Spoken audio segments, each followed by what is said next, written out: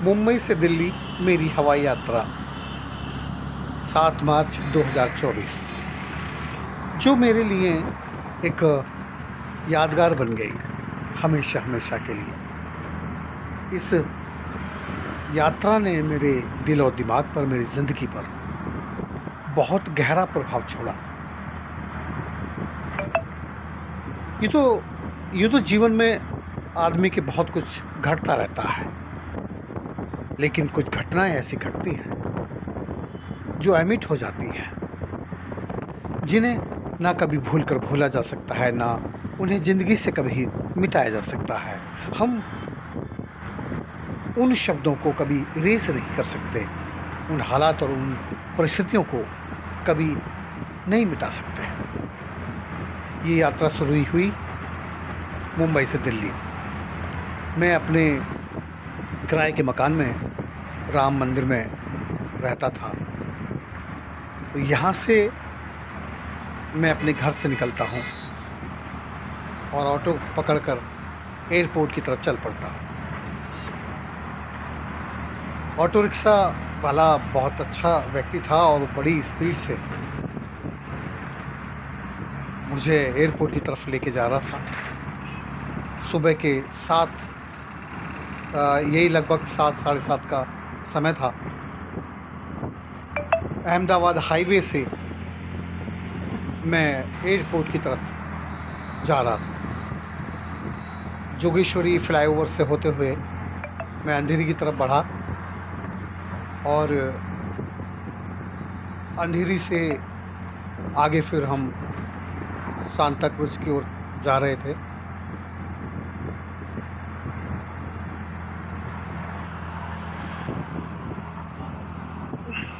ये हाईवे अहमदाबाद से होते हुए ये दिल्ली जाता है और पहले कभी ये सिंगल हुआ करता था, लेकिन आज तो ये करीब 8 लाइन का बन चुका है। और ये हमने यहाँ से अंधेरी का जो ब्रिज है वो ब्रिज क्रॉस किया, मेट्रो को पार करते हुए ये हम छत्रपति शिवाजी टर्मिनल पहुँच गए।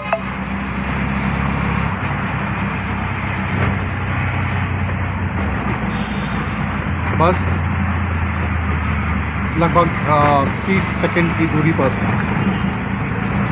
यहाँ से हम लेफ़्ट को टर्न किए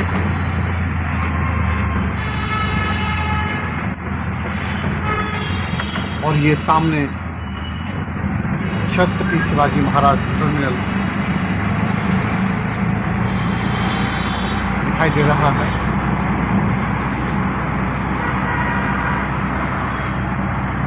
बहुत ही खूबसूरत है ये,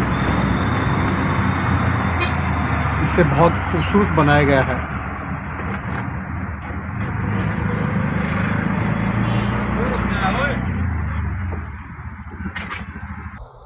बस मैं एयरपोर्ट पहुंच गया। एयरपोर्ट जहां से मुझे फ़्लाइट पकड़ना था, स्पाइस जेट फ्लाइट, यहाँ लोग सभी कतार में लगे हुए हैं।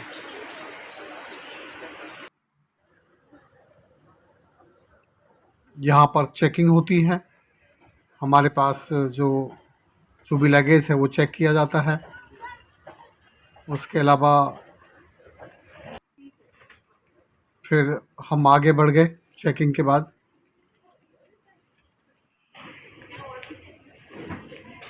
यहाँ आगे जाकर यहाँ हमारे बैग स्कैन किए जाते हैं। बैग स्कैन कराने के बाद फिर हम आगे की तरफ बढ़ गए और क्योंकि मेरी फ़्लाइट लेट थी, मैं 2 घंटे पहले पहुंच गया था। ये सामने एयरपोर्ट दिखाई दे रहा है, यहाँ पे फ़्लाइट खड़ी हुई है। तो मुझे टाइम पास करना था। मैंने यहाँ पर थोड़ा नाश्ता किया और नाश्ता करने के बाद एयरपोर्ट पे खाना पीना बहुत महंगा होता है। एक समोसा है 90 रुपये का, सैंडविच 250 रुपये का। अब भूख लगी थी पेट में बहुत ज़्यादा, क्योंकि सुबह से खा के कुछ निकला नहीं था, तो वो खाया। और यहाँ मैं अपनी फ़्लाइट के पहले ही आगे बढ़ने लगा, तो मुझे उस महिला ने कहा कि नहीं, अभी आपकी फ़्लाइट नहीं है।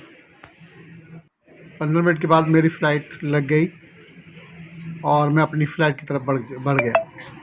फाइनली मैं अपनी फ़्लाइट में पहुंच गया। एक रास्ता होता है जो अटैच होता है फ़्लाइट से, फ़्लाइट के गेट से, उसमें अब यहाँ पर हमारी फ़्लाइट आगे की तरफ बढ़ गई है और ये अपनी पोजीशन ले रही है एयरपोर्ट पर। पोजीशन क्योंकि जो जहाँ से उसे दौड़ना है, जो रनवे है, वहाँ और भी फ़्लाइट है। पहले वो टेक ऑफ होगी, फिर ये वहाँ जाकर अपनी पोजीशन लेगी। तो आगे बढ़ते हुए इसने अपनी पोजीशन की तरफ बढ़ रही है और यहाँ बड़ा खूबसूरत नज़ारा था। दूर दूर तक बहुत सारी फ़्लाइट खड़ी हुई हैं।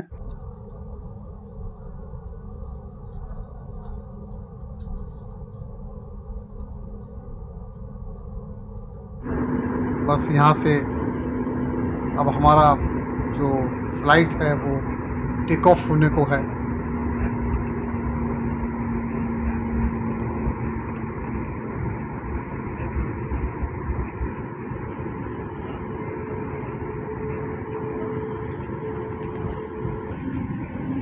सब लोग चुप हैं और यहाँ कुछ अनाउंस करती है एयर होस्टेस, और फाइनली हम ऊपर की तरफ उड़ने वाले हैं और बहुत तेज़ स्पीड से फ्लाइट दौड़ रही है और ये आगे की तरफ बस यहाँ से और तेज़ स्पीड पकड़ लिए फ्लाइट ने और ये फाइनली हमारा प्लेन तेज़ी से दौड़ रहा है, बहुत ही स्पीड से एयरपोर्ट को छोड़ रहा है।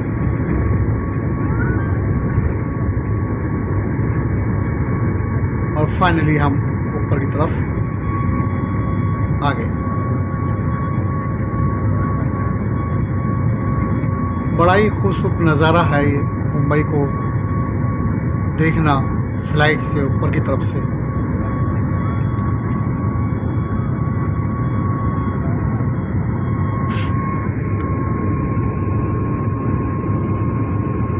मेरे पास बहुत अच्छा कोई कैमरा नहीं था, बस मेरे ही मोबाइल से मैं ये सब शूट कर रहा था। उसमें जूम जितना कर सकता था उतना मैंने जूम करके देखा और ये मुंबई को छोड़ते हुए हम समुद्र के ऊपर आ गए।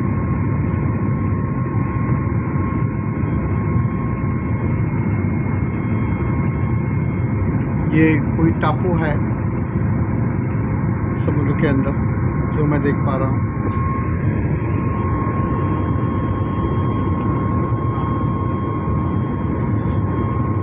फ्लाइट ऊपर जाने के बाद थम जाती है, ऐसा लगता है कि जैसे उसे किसी ने हैंग कर दिया हो, किसी ने टांग दिया हो।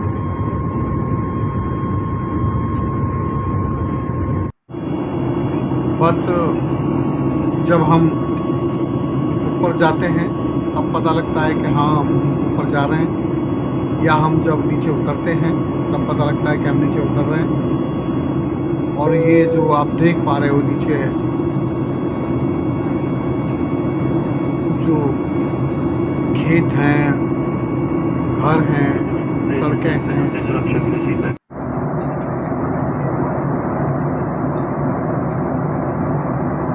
ये बहुत धीरे धीरे आपकी आंखों के सामने से दूर जाता है, क्योंकि हम इतनी हाइट पे होते हैं कि स्पीड का पता नहीं लगता कि कितनी स्पीड में हमारा प्लेन हो रहा है। क्योंकि स्पीड का पता जब लगता है जब हमारे पास से चीज़ें बहुत तेज़ी से गुजरती हैं, और बहुत स्लो मोशन में जब चीज़ें तेज़ी से जब स्लो मोशन में गुजरती हैं तो हम ये नहीं समझ पाते कि हम आगे बढ़ भी रहे हैं या नहीं बढ़ रहे हैं। ये तो मैंने वीडियो की जो स्पीड है उसको मैंने बढ़ा दिया, कम कर दिया है, जिससे आप देख पा रहे हैं कि हाँ हम आगे की तरफ सफ़र कर रहे हैं। आज मौसम बहुत साफ़ है। इसके पहले मैंने जितना भी हवाई सफ़र किया उसमें या तो नाइट में किया, और यदि दिन में भी किया तो मौसम साफ़ नहीं था, इसलिए हज़ारों फीट की ऊंचाई से नीचे दिखता कुछ नहीं था। लेकिन आज बहुत ही खूबसूरत नज़ारा दिखाई दे रहा था क्योंकि मौसम साफ़ था और नीचे की चीज़ें मैं देख पा रहा था अपने मोबाइल से।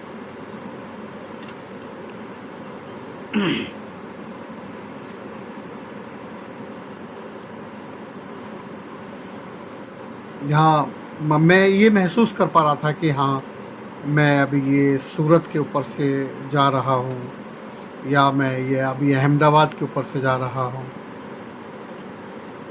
और मैं देख रहा था, जब भी कभी जंगल से गुजर रहे थे तो भी पता लगता था, और कहीं पानी दिखाई देता तो भी पता लगता था, और नदियाँ भी मैं देख पा रहा था जो नीचे नदियाँ बह रही थी।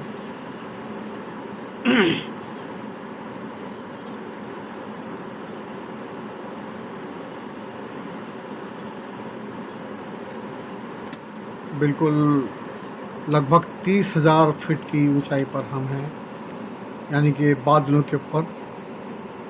ये बादल दिखाई दे रहे हैं जो रुई के जैसे, कापूस जैसा देख रहे हैं, और वो नीचे मैं ये ज़मीन देख पा रहा हूँ,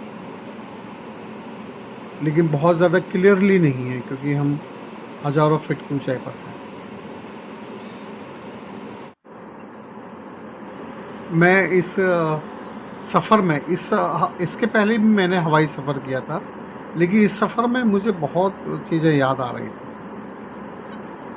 मुझे मेरी माँ, मेरे पिताजी याद आ रहे थे। एक समय होता था कि टांगे में सफ़र करने के लिए हमारे पास 50 पैसे नहीं होते थे। जब हम अपने कस्बा बुगरासी से हमें स्याना जाना होता था तो 50 पैसे नहीं होते थे। कई बार ऐसा हुआ कि लगभग 8 किलोमीटर का फासला मैंने पैदल तय किया, अनेकों बार, दिन में भी और रात में भी। रात में तो कोई सफारी थी नहीं, तो रात में भी पैदल ही चले जाया करते थे स्याना से बुगरासी। और ये बाबा साहब अम्बेडकर और हमारे महापुरुषों के संघर्ष का प्रतिफल ही था कि आज मैं हज़ारों फीट की ऊंचाई पर आसमान में उड़ रहा हूँ। कभी ऐसा होता था कि जब कभी हमारे ऊपर से फ़्लाइट उड़ती थी तो हम फ्लाइट के साथ साथ अपने हाथ फैलाकर, अपने हाथों को पंख बनाकर उसके साथ साथ उड़ने का प्रयास करते थे। तो आज उसी फ़्लाइट के साथ उड़ रहा था, और मेरी इस हवाई यात्रा का जो श्रेय है वो मेरी बहन की बेटी, यानी कि मेरी भांजी, बड़ी भांजी बबली सिंह को जाता है। बबली सिंह मेरी भांजी, मेरी बहुत प्यारी भांजी, बहुत अच्छी भांजी, और जो मेरी बहुत अच्छी दोस्त थी और दोस्त है। उसकी शादी मेरे ही दोस्त के साथ हुई, और इत्तेफाक से मध्यस्थता मैंने ही निभाई। मैं सामाजिक संघर्ष में आर्थिक रूप से पिछड़ता चला गया। मैं अपने परिवार के लिए बहुत कुछ नहीं कर पाया, लेकिन मेरी भांजी के जो हस्बैंड है राजकुमार, जो मेरे दोस्त थे, फोटोग्राफ़र थे, उन्होंने अपना संघर्ष जारी रखा, और वो ITBP और BSF, फिर वहाँ से ब्लैक कैट कमांडो, वो अटल जी के पर्सनल PS भी रहे। उसके बाद CBI में ऑफिसर बन गए। तो मैं उनकी बेटी की शादी में जा रहा हूँ, और ये मुझे यात्रा स्पॉन्सर्ड की मेरी भांजी ने।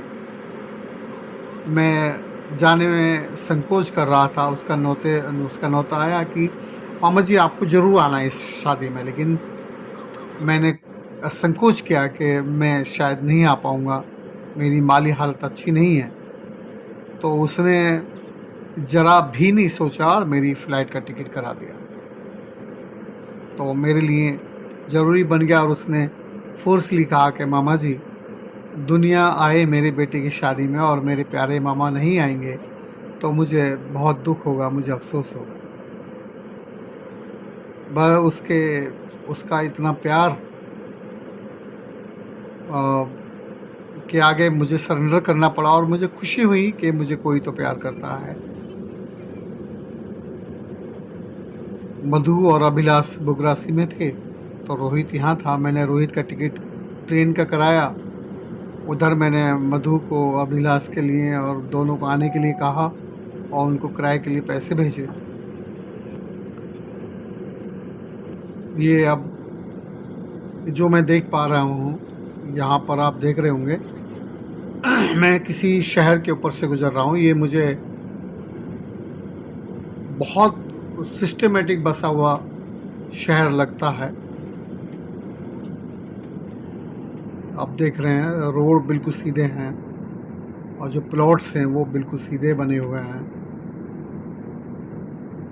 ये कोई बड़ा शहर है।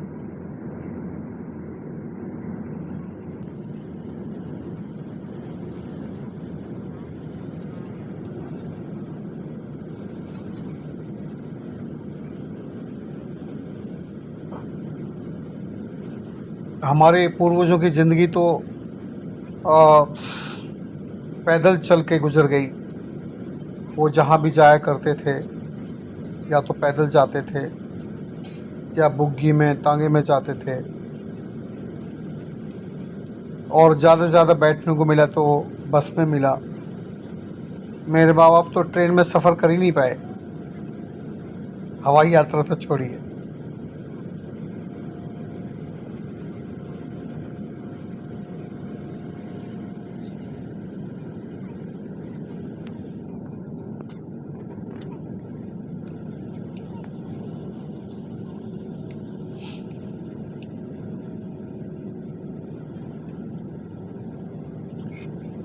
ये दिल्ली के आसपास के जंगल हैं जहाँ से हम गुजर रहे हैं।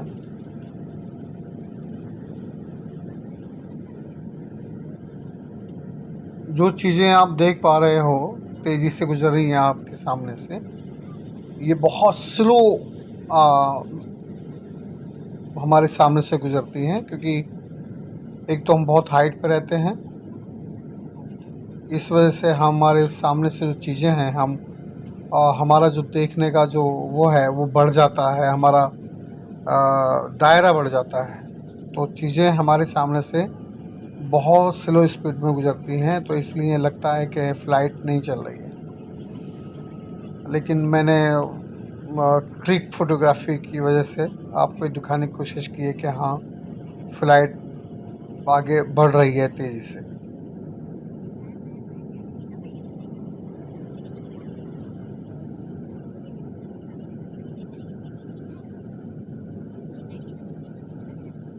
ये बस्तियां हैं,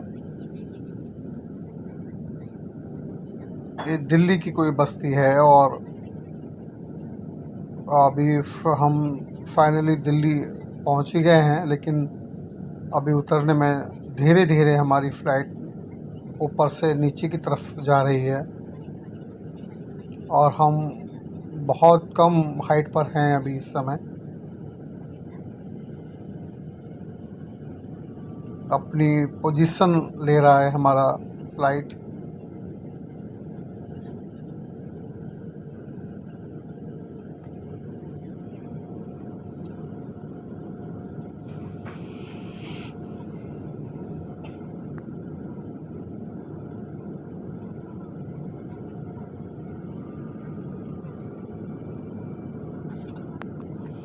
देख रहे हैं आप, ये रोड पे ट्रैफिक दिखाई दे रहा है और ये हम नीचे लैंड हो रहे हैं और बस ये फाइनली हम लैंड हो चुके हैं एयरपोर्ट पर।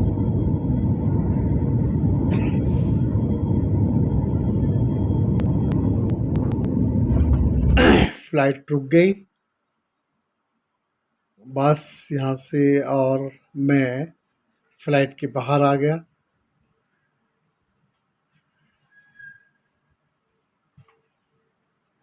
ये इंदिरा गांधी एयरपोर्ट है दिल्ली। एशिया का सबसे बड़ा एयरपोर्ट इसे कहा जाता है।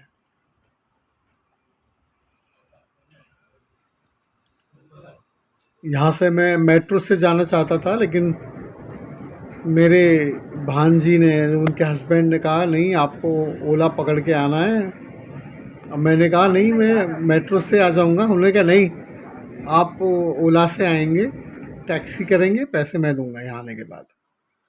एयरपोर्ट में मैं नीचे उतरा तो मैंने तथागत बुद्ध के ये हाथ के पोजीशन देखे हमने, मेडिटेशन में जो थे। और ये दिल्ली की रोड पर मैंने चल रहे हैं अभी। बहुत खूबसूरत बना दिया है दिल्ली को। कैपिटल है, इसे खूबसूरत होना भी चाहिए। ग्रीनरी यहाँ की बहुत अच्छी है और बहुत चौड़ी रोड है यहाँ पर। दिल्ली की खास बात है, जो नया दिल्ली जो बसा है, वहाँ ज़मीन की तो दिक्कत है नहीं, उसको कितना भी फैलाया जा सकता है। मुंबई जैसी दिक्कत नहीं है कि चारों तरफ समुद्र है, आप उसको चौड़ा नहीं कर सकते, चौड़ीकरण। लेकिन दिल्ली में आप कितना भी उसको फैला सकते हैं। तो बहुत खूबसूरत रोड बनाई गई हैं दिल्ली की, और पेड़ भी चारों तरफ लगाए गए हैं, बीच में भी लगाए गए हैं।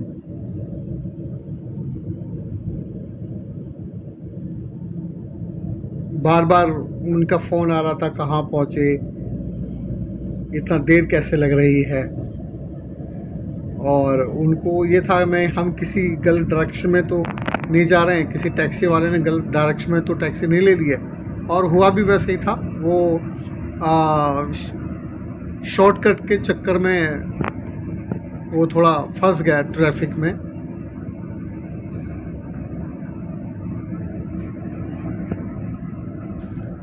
दिल्ली के बहुत अच्छे अच्छे ये ब्रिज बनाए हुए हैं और काफ़ी खूबसूरत ब्रिज हैं।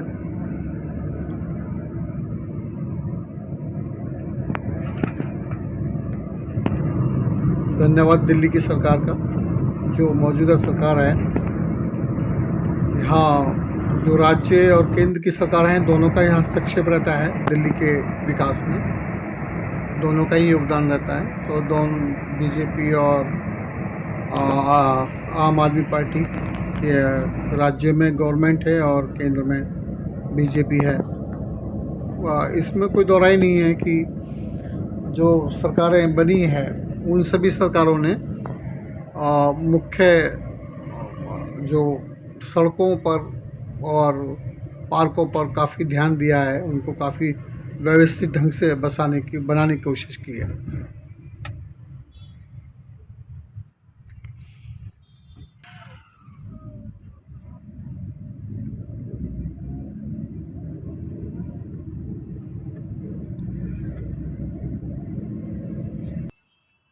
हम यहाँ आश्रम से होते हुए और ये आगे की तरफ जा रहे थे। हमें जाना है दिल्ली हाट, INA की तरफ।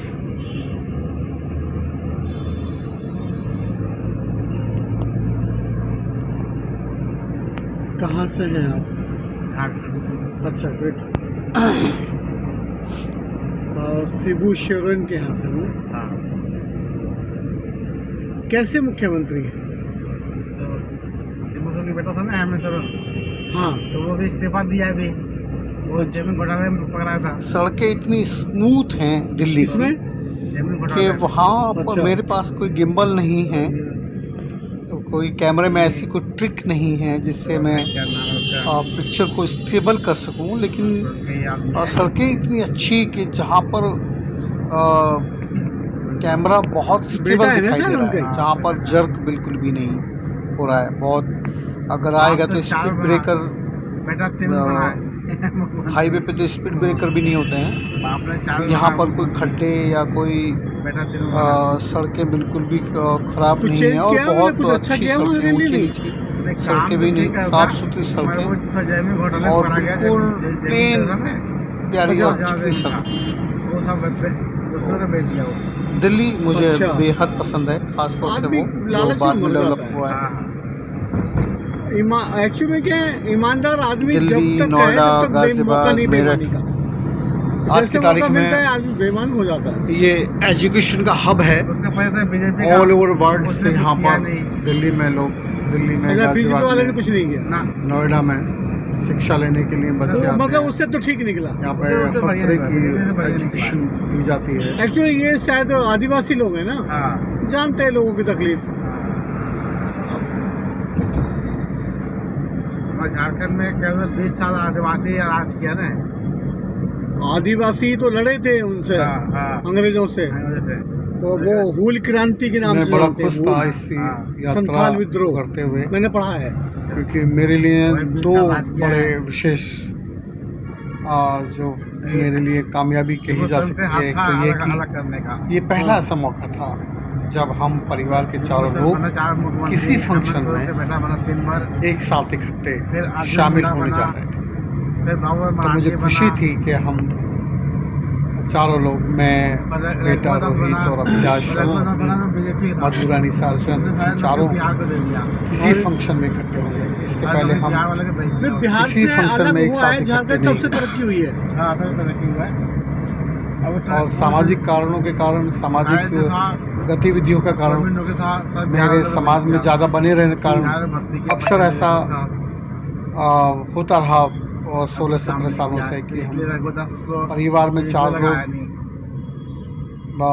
कभी इकट्ठे नहीं हुए। छोटा बेटा रोहित मिला तो अभिलाष से मुलाकात नहीं हुई, अभिलाष मिला तो रोहित मेरे साथ नहीं था, और यदि दोनों मिले तो उनकी मम्मी मेरे साथ नहीं थी, और मधु मिली तो दोनों बच्चे साथ में नहीं थे, कोई एक बच्चा मिला। तो ये फाइनली मेरी भांजी के कारण, मेरी भांजी ने जो ये प्रयास किया कि हम चारों इकट्ठे हों, और इस बात की बहुत खुशी थी मुझे।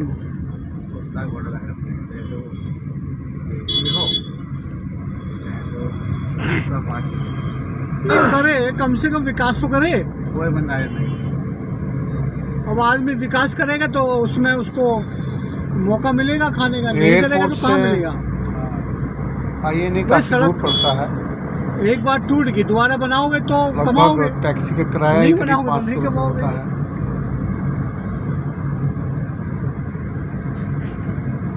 जो ओला टैक्सी हैं, जो उबेर हैं, अभी देश की प्राइवेट क्या जो स्थिति है, टैक्सी कहाँ जा हैं, रहा है वो कुछ, हमको क्या थोड़ा क्या एयरपोर्ट की संभावना है आगे। जो मेन एग्जिट है वहाँ पर कुछ टैक्सी बेरोजगारी भी कुछ हम कम लेंगे होगी नहीं। तो वहाँ 750-800 रुपये में टैक्सी आपको मिलेगी, और उसके 1 रोड क्रॉस करके हम उधर खाएंगे तब जाएंगे जहाँ पर ओला या उबेर मिलती है, तो वहाँ टैक्सी हमें सस्ती मिल जाती है। दिल्ली गवर्नमेंट कुछ टैक्स ले रहा है, सेंट्रल गवर्नमेंट और मैंने टैक्स ले रहा ओला है। टैक्सी पकड़ा, उबेर टैक्सी पकड़ा, जिसका किराया नहीं, अब लो आप टैक्स 500 कम से कम आदमी को सुविधा तो दो, उसका रोजगार तो दो। जहाँ मुझे जाना था वहाँ का। भाई दुनिया तो ऐसे ही चलेगी, जनता टैक्स को अपने इस सफर में मैं बात करता हुआ जा रहा था। जनता पहले की तो जेब से ही पीछे सीट पर काटेगा। बैठा हुआ था, फिर लेकिन मुझे लगा कि जनता के मैं कैमरा को शायद उतना अच्छे से लायक तो ऑपरेट नहीं बनाओ। कर पाऊंगा, तो एक सिग्नल पे मैंने ट्रैफिक गाड़ी का रोड मैंने टैक्स दे रहा है। अपनी सीट चेंज रोड की। भी सही बनना मैं चाहिए। पीछे की सीट बिल्कुल से बनना आगे और ड्राइवर के साथ बैठ गया, रोड देख रहा है जो जहाँ से मैं अच्छे T20 से हुआ था ना, वीडियो बना सकूँ। इसके चक्कर में कुछ रोड सुधरा ये है। सामने तिरंगा दिखाई दे रहा है, हमारे इतना राष्ट्रीय घटिया ध्वज, से मत पूछो। और बड़ा खूबसूरत नज़ारा है, कबूतर उड़ रहे हैं। मैं रुककर शूट करना चाहता था, लेकिन क्योंकि मैं ट्रैवल कर रहा था इसलिए मैं रुक नहीं सका। तो ड्राइवर से बात हुई, और ड्राइवर भी रहने वाले कहीं गाज़ीपुर के थे, ये उत्तर प्रदेश में। तो सिर्फ अपने परिवार के लालन पालन के लिए ये यहाँ आए थे, और मैं ये फाइनल पहुँच गया अपने भांजी के बेटे ये रोहित की शादी में। ये दोनों की लव मैरिज थी, ये दोनों साथ साथ पढ़े थे, और इनका ये अपने अपने क्षेत्र में सफल हो गए, लेकिन इनका प्यार कभी एक दूसरे से जुदा नहीं हुआ। और क्योंकि रोहित अपने परिवार में अकेला था। और ये मेरी भांजी की बेटी ज्योति, जो बहुत खूबसूरत है, बहुत सभ्य है, शालीन, बहुत सौम्य है और हैदराबाद में ड्यूटी करती है। और ये मेरी मुँहबोली बहन है पूनम, ये उसका बेटा है। और ये मेरी छोटी भांजी मिथिलेश सार्जन, और बराबर में बैठी है मेरी बहन। और ये मिथिलेश का बेटा है और ये मेरे भांजे का बेटा है। और इस हल्दी का ये प्रोग्राम था। इस प्रोग्राम में परिवार के लोग ही थे या मैं था। बहुत ज़्यादा लोगों को आमंत्रित नहीं किया था।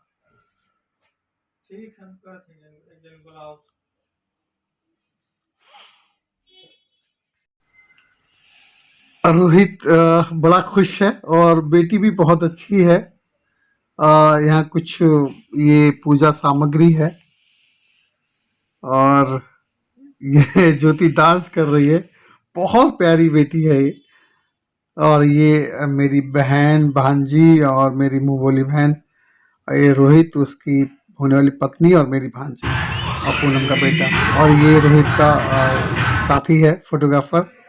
रोहित की अपनी फोटोग्राफी कंपनी है जिसमें ऐड शूट करते हैं। वीडियो शूट कर रहा हूँ, ठीक है। ये दोनों नंद और भाभी है। ये बहुत चुलबुली है और बहुत खुश थी क्योंकि भाई की शादी है। और खुश हो भी क्यों ना भाई, भाई की शादी है।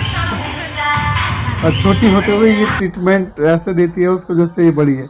ये पुआ लूटने का प्रोग्राम।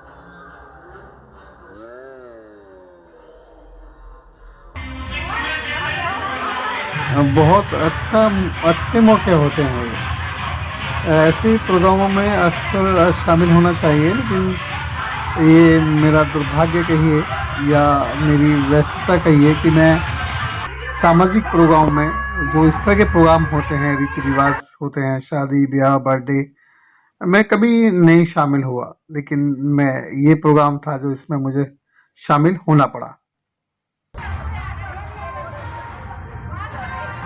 ये लुटे हुए पुए सबने खाए, मैंने भी खाए। और यहाँ पर बहुत अच्छा खाना बनाया हुआ था, वो खाना भी खाए, वो दावत भी खाई। और मुझे इंतज़ार था।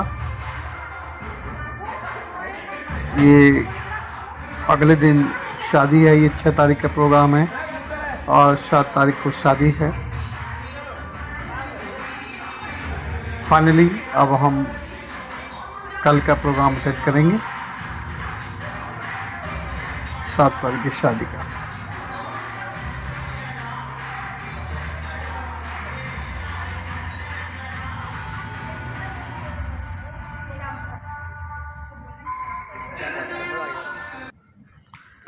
और ये शादी में हम पहुंच गए। मेरे दोनों बेटे, मेरी पत्नी मधुरानी सार्जन, अभिलाषा रोहित, और ये हम पूरा परिवार, साथ में हमारे साड़ू की बेटी, ये मेरी बहन, उसकी दोनों बेटी, मेरा बेटा अभिलाष। और मैं ये शादी अटेंड करने के बाद रात को ही निकल गया, पहुंच गया आगरा अपनी फिल्म के प्रीमियर शो पर, जहां मेरी मुलाकात मेरी हीरोइन और मेरी पूरी फिल्म की टीम से हुई। फिल्म के प्रोड्यूसर हैं मुकेश कुमार, और ये एग्जीक्यूटिव प्रोड्यूसर हैं, लाइन प्रोड्यूसर हैं। यहाँ पर पूरी टीम ने मेरा स्वागत किया। ये पहला मौका था जब मेरी फिल्म सिनेमा हॉल में लगी, प्रेम और इश्क। बहुत ही खूबसूरत और एक अच्छी प्रेम कथा। कुछ जिंदगी में ऐसे रिश्ते बनते हैं हर व्यक्ति के, जिन रिश्तों के साथ हम जी नहीं सकते, लेकिन उन रिश्तों को हम भूल भी नहीं सकते। ऐसे रिश्तों की खुशबू से हमारे जीवन महकता रहता है। तो ऐसे ही एक खूबसूरत रिश्ते पे बनी ये फिल्म है, जो बेहद लोगों को पसंद आई। लोगों ने बहुत सराहा और मुझे फूल माला पहनाई और काफ़ी अप्रिशिएट किया लोगों ने मुझे। मैं इन पलों में अपने माँ बाप को भी याद कर रहा था, अपने संघर्ष को याद कर रहा था। बस एक कमी मुझे यहाँ महसूस हो रही थी, जो मेरी पत्नी इस समय मेरे साथ नहीं थी। अब मैं पत्नी को साथ इसलिए नहीं ला सका था क्योंकि वो सफ़र करने में उनको दिक्कत होती है, क्योंकि मेरे पास कोई पर्सनल वाहन नहीं था। मुझे ट्रेन से आना था, वो भी मेरा टिकट कंफर्म नहीं था। तो जनरल डब्बे में सफ़र करना उनके लिए बड़ा मुश्किल था, क्योंकि वो उनका स्वास्थ्य बहुत अच्छा नहीं था।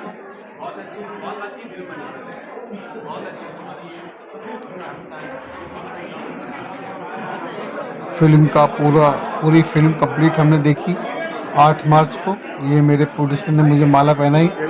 हम बहुत पुराने दोस्त हैं, 2004 से लेकर 2024, यानी 20 साल की पुरानी दोस्ती ने कुछ साथ में मिलकर किया।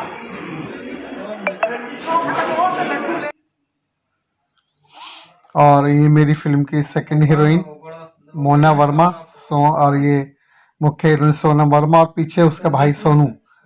अब मैं अपने बुगरा से आया यहाँ पर। मेरे एक दोस्त, ये मेरे लिए दुख का विषय था। मेरे दोस्त प्रीतम सिंह, मेरे साथी, जो समाज के लिए कुर्बान हो गए, जिन्होंने अपने समाज के लिए उन जगाने के लिए मानव काशीराम साहब, बहन मायावती के साथ कंधे से कंधा मिलाकर समाज को जगाया। बुगरासी में मेरे पिताजी और प्रीतम सिंह थे जिन्होंने जय भीम बोलने की शुरुआत की।